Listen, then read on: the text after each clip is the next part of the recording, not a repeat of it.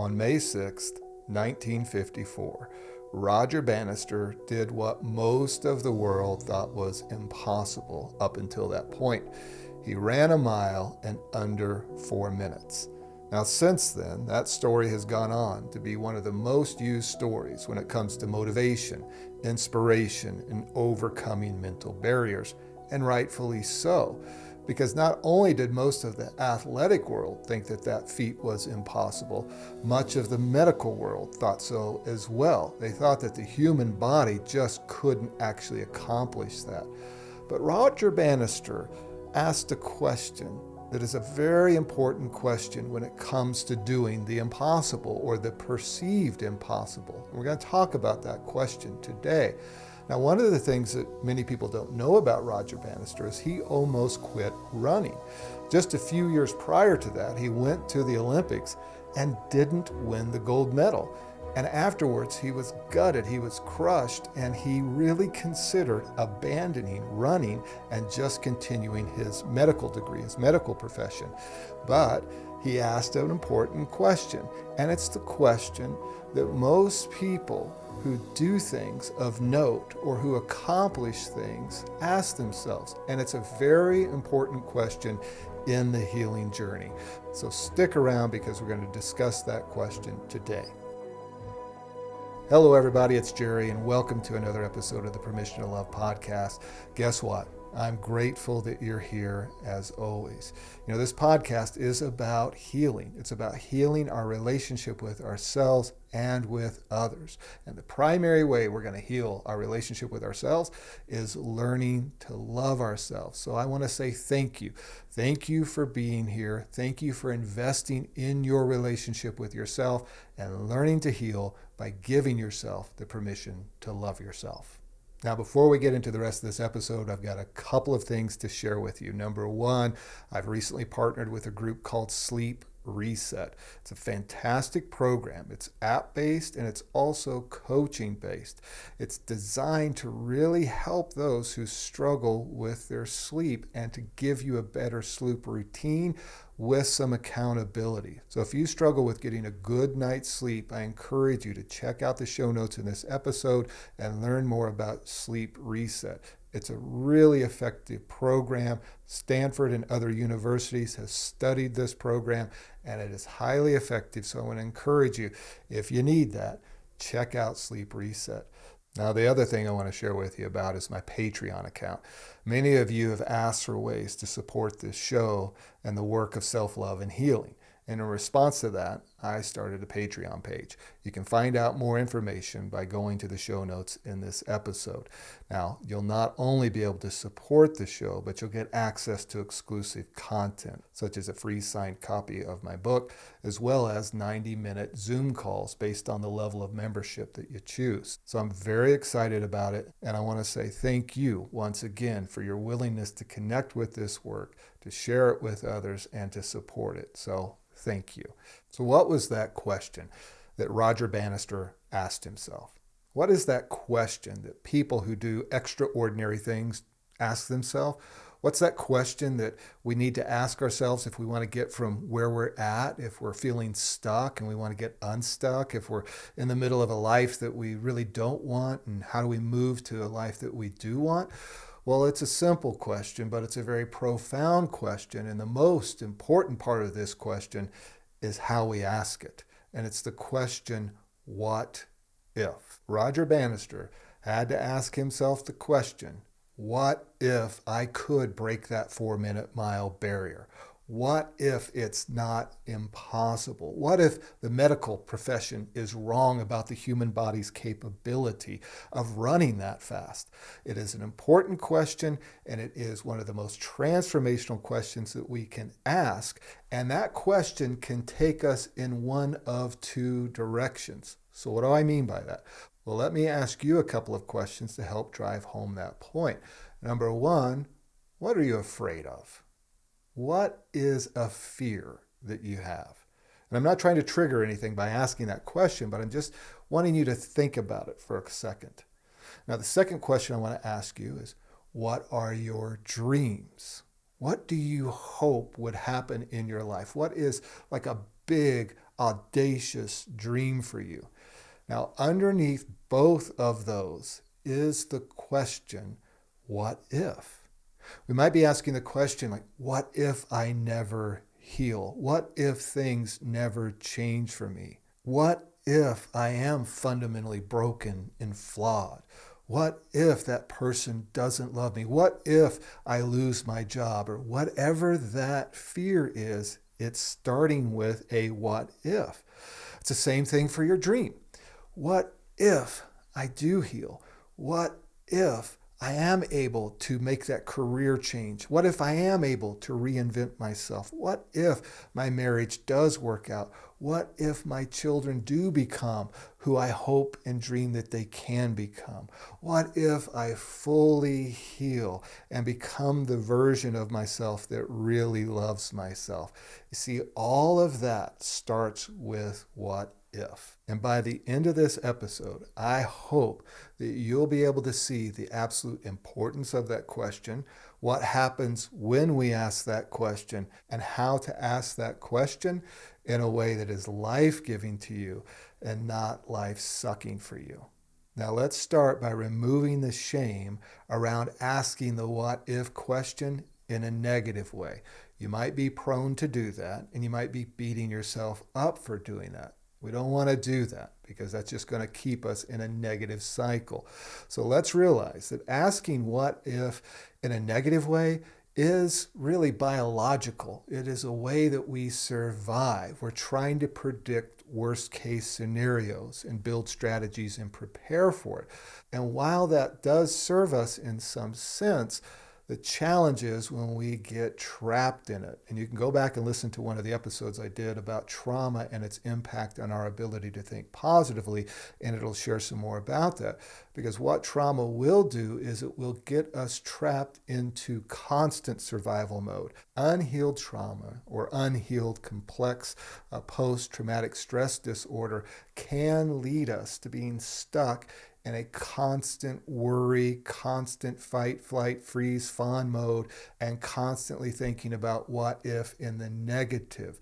Now that's something that if you're stuck in that, it's very understandable. So don't shame yourself for it, but let's look at how we get out of it.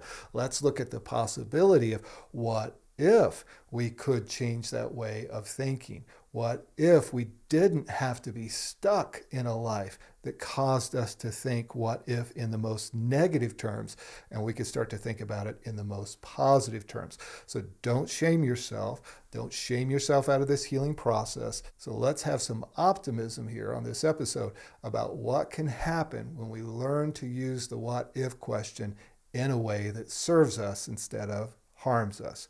So what happens when we ask that what if question? Well, it's really important for us to understand that it's engaging the creator part of our brain. You know, we are creators. That's who we are. We create things, and it's an expression of our very nature to create. And when we start asking the question, what if, it kicks in that part of our brain, our cerebral cortex, that starts trying to figure out how to create that. So if you're in a space where you're constantly asking what if in the negative, what if I lose my job? What if this relationship doesn't work out? What if I don't heal?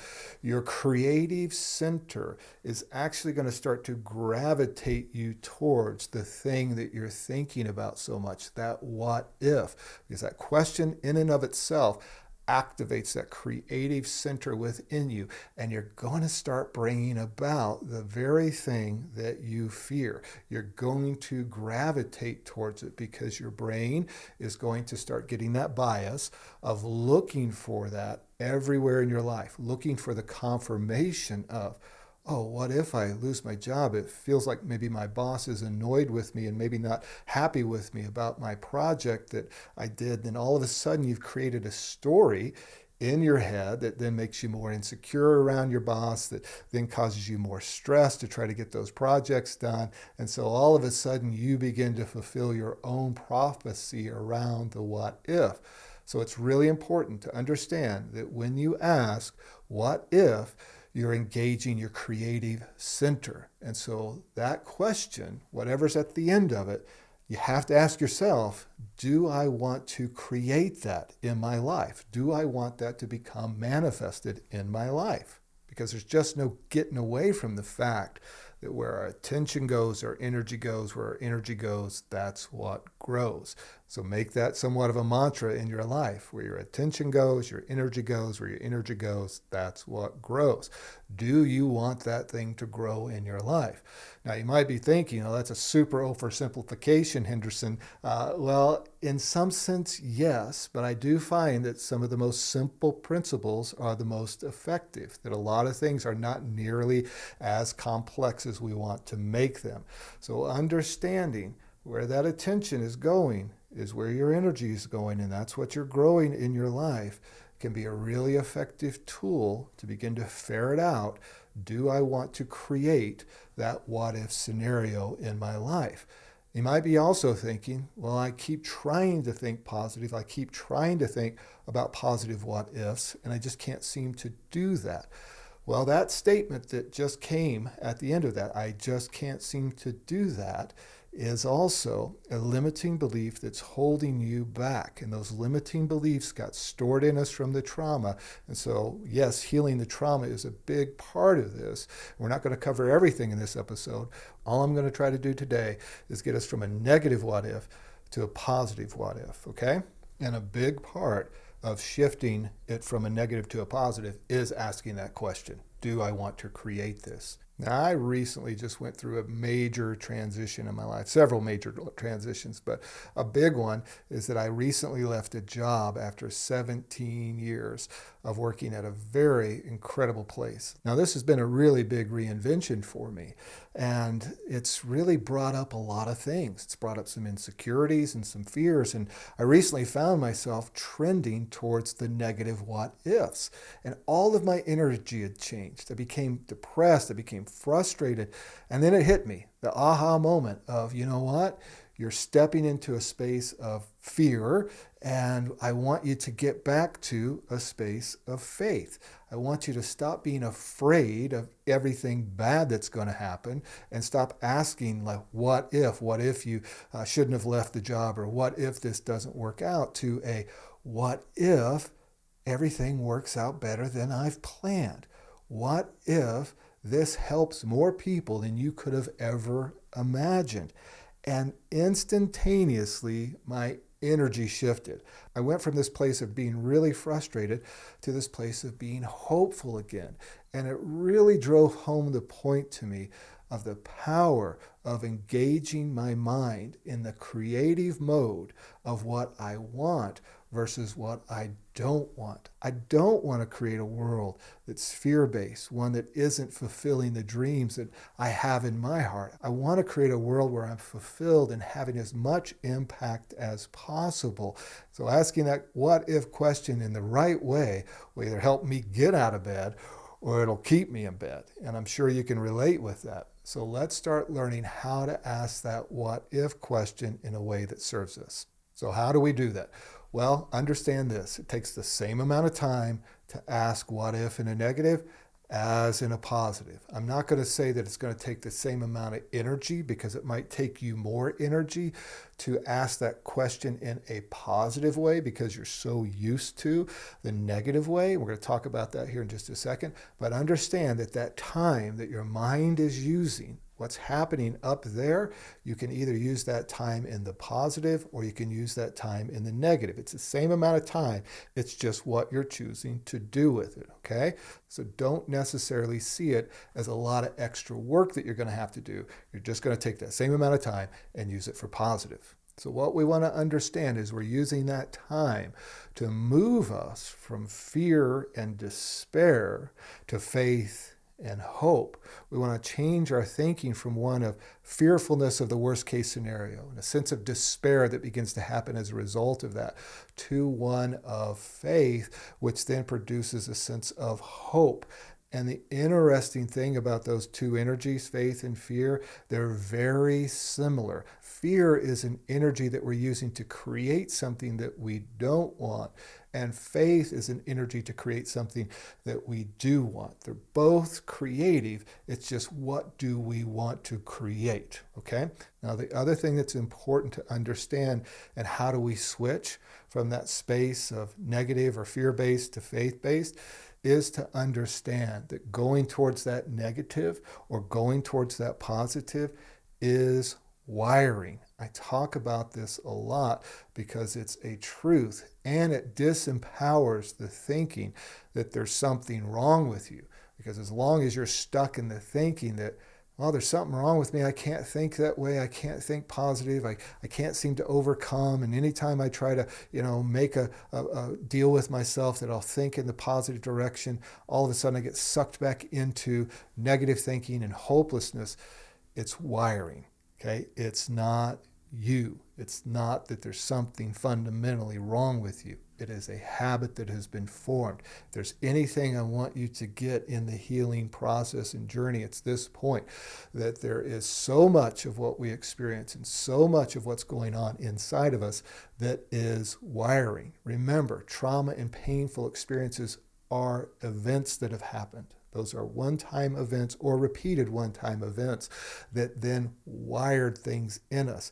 It caused that CPTSD to happen and get wired in us, stored in our body, stored in our thinking. So if that's the case, then we can change that. We can rewire that. So what I'm trying to do in communicating that so often is to help, once again, disempower it. Disempower the thinking that you can't think positively, okay? So now let's begin to give our brains something to work with in order to make that switch, to make that transition from negative to positive. And the first thing is to write it out, because we need our brains to start seeing another potential, another way of thinking. So we want to write out what you want that what if statement to be, that hopeful what if statement. What if I do heal? What if I have the life that I want? What if I do get that job? What if I have a healthy relationship with other people? What does that look like? I'm going to encourage you to write that out by hand. I know that's old school, but there is a mind and motor skill and emotional connection that happens when we write things out. You're writing it, you're feeling it, you're connecting with it. And so take some time. Write out those what-if statements, and as you're writing them out, try to connect with them emotionally. Try to connect with some sense of feeling of what that would look like if that begins to happen. Now, I could probably just have you do that exercise right now in your head, and you can feel that emotional difference, right? So if you start to think, as we talked about earlier, like, what if this fear comes true? There's a heavy energy, right? There's a hopelessness that starts. But I know for me and for many people I work with, that as soon as I can get you to start thinking towards, well, what if it turns out better? Something happens emotionally. Something connects inside of you that begins to make that transition towards a more hopeful path. Now, if it doesn't happen right away, that's okay. And it doesn't mean there's something wrong with you.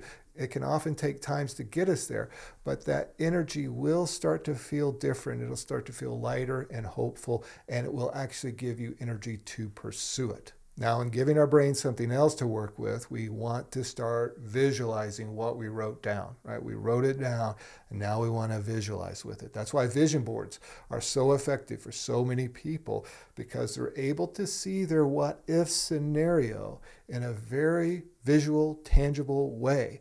And not only would I encourage you to have something like a vision board or some type of way that you can see it, and it might just be what you just wrote out, but to then visualize it. And there's a lot of ways that you can do that visualization. You can just do it with eyes closed, seeing it, picturing it, connecting with it emotionally. You can do it through journaling that statement over and over and over until you really begin to connect with it. There's meditations that you can do. Dr. Joe Dispenza, his work around this space is a lot in this rewiring of how do we move from that space of where we are to where we want to be through that visualization and meditation process. So lots of ways for you to do this, but it's important for you to see where you want to be so that your brain can start to activate that creative center to try to get you there. So that what if in the positive that then is written out, then is visualized, will then lead you to this last point, which is really important and cannot be left undone, but is often left undone. And it is taking some corresponding action, at least 3. I want you to write down 3 things that you could do that would go along with that what if statement. Okay, this is the part where most people will fall down and they'll say, well, nothing ever works for me. Now, you got to think that Roger Bannister didn't just sit around thinking about the possibility of breaking that 4-minute mile. He didn't just try to visualize it, even though I'm sure he probably did do some visualization of seeing himself do that. He didn't just write down, I'm the first person in history to go on record as breaking that 4-minute mile barrier. He actually had to get out and run. He had to get on the track. He had to put his shoes on. He had to go for it, right? So I'm sure it was a combination of writing things out, visualizing things, and seeing himself doing it, and actually taking the action. No action, no movement, no momentum. So for whatever your what if statement is, write out 3 real practical things that you can do. If the what if statement is, what if I stopped beating myself up so much? What would be 3 corresponding actions to that? Well, I might write down things that I want to say about myself. I might sign up for therapy. Right? I might get a book that teaches me about how to think differently. I might choose to reflect each night about the way that I talked to myself or the way that I treated myself. And so those can be just real practical things. Your what if statement might be, what if I was able to find and be in a healthy, loving relationship? Well, your first action might be, well, I've got some things to work on. So I need to figure out what are the things that are keeping me from being able to be in a healthy relationship and begin to address those through therapy or buying a book or coaching or whatever that mechanism is for you to start learning how to have a healthy relationship with yourself. You might go to retreats that are focused in on single people learning how to have healthy relationships. You might take courses on healthy marriages, etc. Whatever it is that would help you, but taking at least 3 actions is going to show your brain that you're serious about it, and it's going to put you in forward momentum. And your brain is going to start looking for other ways to support the work that you're doing. Just like your brain is trying to support your belief that something might work out negatively, as you begin to switch it and you begin to train it by taking action towards the what if that you want, that shows yourself that you're serious. And then that begins to give you the small wins, the victories that begin to put you over the top and give you momentum. We're trying to get some wind in the sails, and small wins build confidence, and they put wind in our sails that then give us more wins. Okay? Wonderful. Now, as I close, I want to remind you to not give up on yourself in this process. I want you to even practice the what if language of when you mess up and when you fall back and if you have any setbacks, and to say, what if I tried again? What if I got up and gave it another go? What if I didn't shame myself out of the process this time? What if I followed through on the things that I said I was going to do? What if I didn't beat myself up for every mistake that I made? What would that feel like? What would that look like? Okay, that's going to support you in following through and making this switch from what if in the negative to what if in the positive. Because what if in the positive is where all beautiful things come from. What if you had a beautiful relationship? What if you had a beautiful relationship with yourself? What if your life was better than you could ever imagine? That's where dreams start. That's where the creator gets activated, and that's where you'll start drawing yourself towards. Okay. Well, thank you for joining another episode of the Permission to Love podcast. And I want to ask you a small favor. If you haven't had a chance yet to follow or to subscribe to this podcast, take a moment to do that, as well as rate it and review it. It'd mean the world to me. And I'd also love to hear about your journey and how this podcast is helping you in that journey. So you can reach me on Instagram at Jerry A. Henderson, or you can simply email me at jerry@jerryhenderson.org. And finally, I want to remind you, as always, that you are worthy of your own love. And I want to encourage you to ask yourself this question this week. What if you gave yourself permission to love yourself? What would your life look like?